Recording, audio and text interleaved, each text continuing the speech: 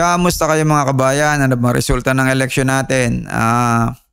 Kung akong tatanungin niyo mga kabayan, yung resulta kahapon, nagwagi po ang mga tanga at bobo mga kabayan. Unang-una, yung mga bumoto sa mga senador po ni Duterte. Hindi ko pala dapat tawagin senador ni Duterte. Yung mga bumoto sa mga tauhan ni Duterte mga kaibigan. Wala na po yung pakialam sa record ng katiwalian o ng kung ano mga pagiging inutil ng mag-amang Duterte. Wala pong pakialam yung mga taong yan. Diba? Wala silang, alam mo yun, na kahit pa yung iskandal ng Duterte doon sa Parmali, yung EJK, yung pagiging palpak ng mga build project ni Duterte. Wala pong pakialam dyan yung mga bumotong tanga kahapon sa PDP na mga senador, mga kaibigan. Akala nila, uunahin ng mga senador na to yung kanilang interest. Naku, malabo po yun mga kaibigan. Kahit itaga mo yan sa bato, malabo yan mga kaibigan. Ang uunahin ng mga senador na yan, yung kapakanan ni Duterte. Dahil kay Duterte sila nakapangalan, hindi naman sa inyo eh. Ikumpara nyo yung yung pangalan ng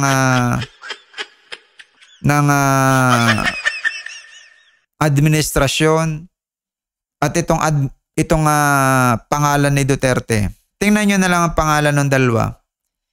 Alyansa ng Bagong Pilipinas. Kanino nakapangalan? Sa Pilipinas mga kaibigan. Kanino nakapangalan yung PDP? Duterte. Sino ang pagsisilbihan ngayon ng mga senador na yan? Ay di si Duterte mga kaibigan. Diba? Kaya napakaganda nung napakaganda nung pangalan ng administrasyon ng alyansa. Alyansa ng Bagong Pilipinas. Ibig sabihin, para sa Pilipino. Sino ang ibinoto ng mga tanga kahapon at mga mangmang? Yung Duterte. Sino ang pagsisilbihan ng Duterte? Kanino nakaugat yung pangalan na yun? Kanino nakatatak yung pangalan na yun? Ay di kay Duterte. Ano bang dinadanas ng Duterte ngayon? Ang dinadanas ng Duterte ngayon, nakakulong siya. Si Sara Duterte may impeachment. Sino ngayon ang magiging tagapagligtas ng mga yan? Eh di yung mga senador. Kasi nakapangalan sila, tauhan sila ng mga Duterte. Di ba? Ay kung doon sa Bagong Pilipinas, sino ang magiging beneficiaryo ng pangalan na yun? Ay di mga Pilipino. Di ba? Sa pangalan mo palang makikita kung sino talaga yung binibigyan ng importansya. Di ba? Ang binibigyan ng PDP ng importansya ay yung Duterte lang. Walang importansya yan sa mga Pilipino. Wala mga kaibigan. Dahil makikinabang sila dyan na kapag naupo itong si Duterte, magagawa nila yung kanilang mga pagnanakaw at pangdudugas. Diba? Magagawa nila yan. Ngayon, yung administrasyon ngayon, takbuhan ng mga kriminal. Takbuhan ng mga kriminal dito sa administrasyon ito. Yung pang inayawan nyo, mga tanga kayo. Diba? Hindi ko lubos maisip talaga mga kaibigan itong mga taong bumoto kahapon ng mga tanga at mangmang, emosyon po kasi ang nangingibabaw sa mga taong ito. Hindi yung talino. Diba? Wala dito yung pambansang interes sa mga taong yan. Hindi tulad ng mga nag-iisip na inuuna talaga yung bayan. Yung pangkalahatan, interes ng Pilipino, benepisyo para sa Pilipino. Ito mga bumoto kahapon sa mga senador ng PDP. Ito gustong magpaalipin lang sa mga Duterte. Hindi na ito nag-iisip. Diba? Ang inuuna ng mga yan, sila ay maging alipin ng Duterte. Diba? Sila ay hindi na maging malaya. Hindi na sila makapagtanong sa administrasyon. Diba? Hindi na sila, alam mo tawag doon, mag-isip. Itong administrasyong ito, pinag-iisip kayo, tinatanong kayo. Diba? Anong pangangailangan nyo? Anong kailangan nyong malaman? Kay Duterte, hindi nyo magagawa yan. Si Duterte ay narcissistic. Isang taong tingin sa sarili ay magaling. Kaya hindi kayo paniniwalaan yan. Yan si Sara, may narcissistic din yan eh. Oh. Hindi kayo paniniwalaan ng mga tao ngayon. Kaya napakatanga ng pagboto ninyo kahapon. Sinayang nyo ang boto nyo. Hindi na kayo natuto sa malupit na nakaraan ni Duterte. Kaya mga tanga kayo. Pambira. Diba? Pamukaan na eh. Pamukaan na yung katiwalian ni Duterte. Pero baliwala sa inyo. Diba? Oh. Nauto kayo ng apelidong Duterte. Ngayon, ang gagawin ninyo, syempre, iboboto nyo yung mga senador ng Duterte. Ay sukdulan ng katangahan yan mga kaibigan eh. Diba? Binoto, ang daming katiwalian ng pagnanakaw, yung parmali, confidential funds, ay talagang tanga lang po maniniwala dyan mga kaibigan. Binabaliwala na yung katotohanan ng anomalya at sumasamba na sa fake news. Oh. Diba? Nagpaalipin ha? Nagpaalipin sa mga propaganda ng Duterte. Oh. Hindi nila alam, sinusupil yung kanilang kaisipan. Talagang masasabi natin mga kaibigan na na ito yung botohan talaga na alam mo yun, simula ng pagiging alam mo yun na madilim ng Pilipinas sa mga susunod na taon. Dahil ang mga botante kahit pamukaan na sa kanila yung katiwalian ay ayos lang. Hindi nakagagawa ng politiko mga kaibigan eh. Talagang botante na yung bumoboto doon sa tiwali. Doon sa mga walang ginagawa.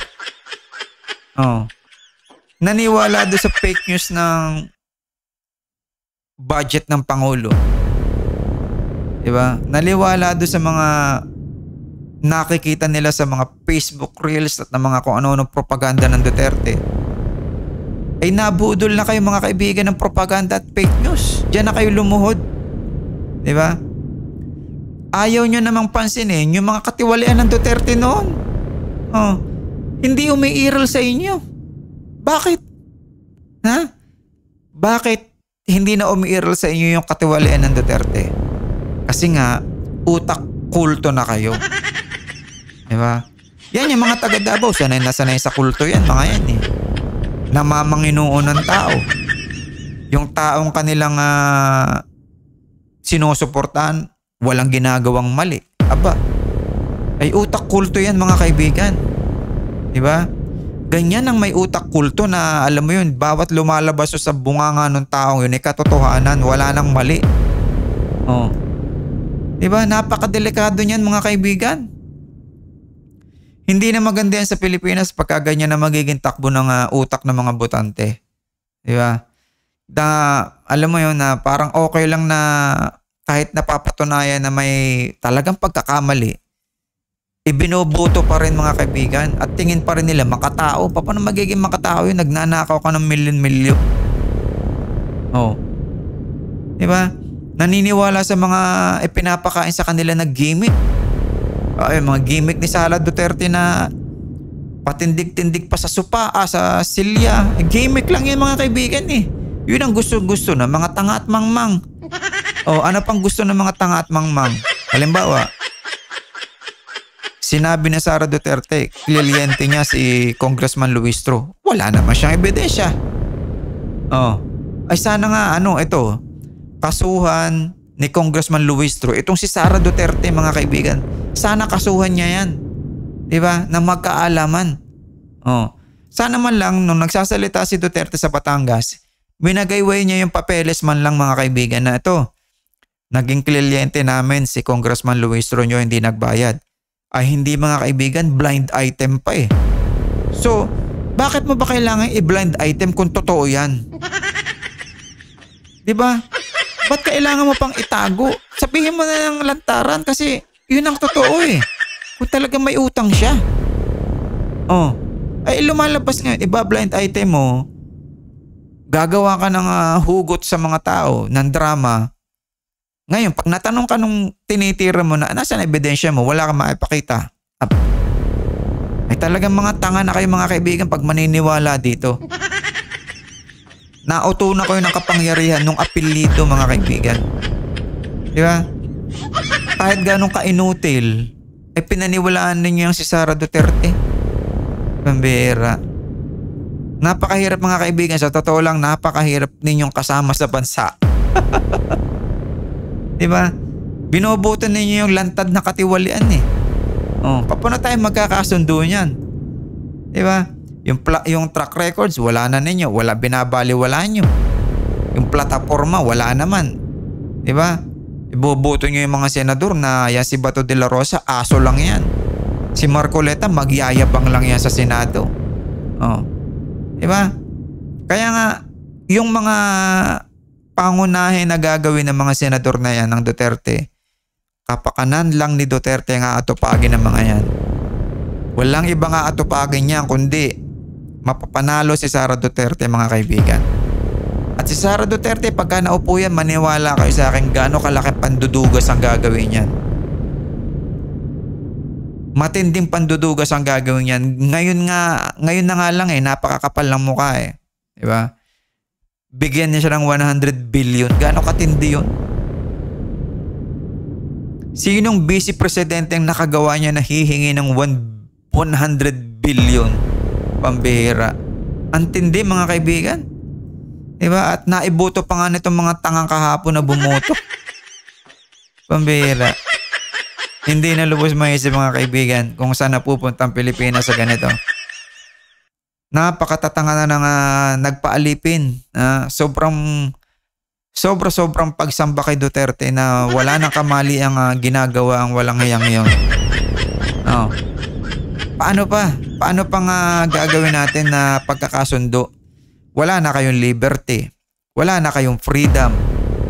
Pumasok na kayo sa kulto. Pinaniniwalaan ninyo ang taong ito lahat ng ginagawa katotohanan, kabutihan na hindi mga kaibigan. Yung nagpapapatay ka ng tao, hindi kabutihan yun. Di ba? Yung pagsisinungaling at yung pagmumura. Walang yan talaga kayo. Pambihira na. Hanggang dito na lang mga kaibigan. Konting comments lang at talagang ang mga nagsilabas na tao talaga kahapon ay mga tanga. Wala akong masasabi talaga mga kaibigan. Sobra-sobra ng pagpapasuko, pagluhod sa fake news. Diba? Wala na nga pag-aaral na din na nagtatanong. Hindi na tinatanggap yung may accountability itong mag-ama sa mga ginawa nilang katiwalian. Tribalismo na. Tribalismo na ang gustong mangyari na kahit palpak itong mga Duterte ay boto pa rin. Diba? Wala nang tanong-tanong basta loyal tayo. Ay hindi po mga kaibigan demokrasya yan. Gawa ng ang demokrasya, malaya kang magtanong. Hindi ka sunod-sunuran. Meron kang freedom at liberty dyan mga kaibigan sa demokrasya. Ang napasok nyo mga kaibigan ay bumuboto po kayo sa idolo, sa Diyos-Diyosan. Hindi kayo bumuboto para sa bansa. Diba? Hindi na babaguhin ng Duterte ang style na yan kasi paraan nila yan. Hindi papaunlarin ni Duterte ang Pilipinas dahil pananatiliin niyang mahirap ang maraming Pilipino para siya ay tangkiliking tagapagligtas. Diba? Para siyang lumabas na palaging tagapagtanggol. Ganyan po ang imahe na ipinapakita sa inyo. Ay sa bagay, uto-uto nga kayo kaya kayong mga bumoto sa Duterte, wala tayong magagawa. Diba? Ang kailangan ng talagang gawin ngayon solusyonan namin mga nag-iisip. Diba? Solusyonan namin kung paano matatanggal yung pagiging mga uto-uto nyo. Diba? Na inuuna nyo yung galit kaysa maghanap na solusyon. Di ba? Yan ang unang-una nyo gustong makita eh. Itong administrasyon ni BBM, naghahanap na solusyon. Pero galit na galit kayo. Di ba? Ang pinaniniwalaan nyo nga, yung mga fake news at yung mga bangag. Wala naman kayo mapatunayang ebidensya diyan. Kahit makapaglabas kayo ng ebidensya, wala naman. Kaya nga sinasabi namin sa inyo eh, kayo ay nagpapakatanga. Kain kayo ng kain ng gimmick ng mga Duterte. Diba? Nauto kayo ng pagiging yung sikat ng pangalang Duterte, hindi yung kakayanan, mga kaibigan. Yan sa mga sa Davao, ang dami diyang utak kulto. Nagpapahinuhod sa kulto, nagpapasakop sa kulto, kaya yan. Oh. Diba? Kaya yun, walang gagawin niya kundi nakaw dito, nakaw doon lang. Pambira. Napakadami na ng mga napakadami ng issue ang Duterte. Hindi ko lang talaga alam anong utak ng mga taong bumoboto diyan, mga kaibigan. Oh, Marcoleta, malamang yan talagang magpapayabang.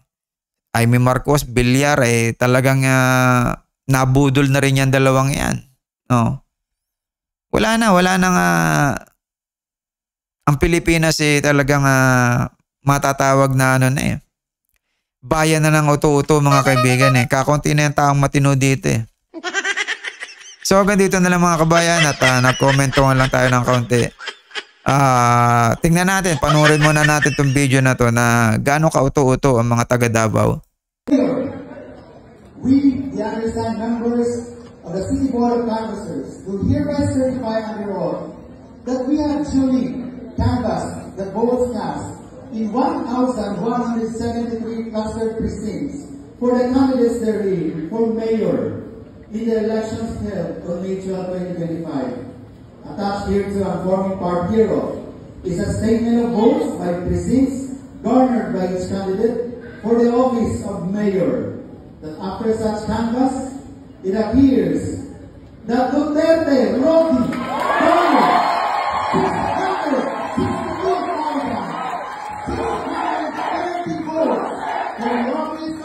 mga bobo. Hindi nyo na mapapauwi yung Panginoon nyo. Doon na yun matatapos. So hanggang dito lang, mga kabayan, labanan natin itong mga katangang ito kasi tayong apektado dito, mga kabayan. Tayong mga nag-iisip ang apektado pagka lumawak itong kultong ito. So maraming salamat at salamat po sa panonood, mga kabayan. God bless po sa inyo.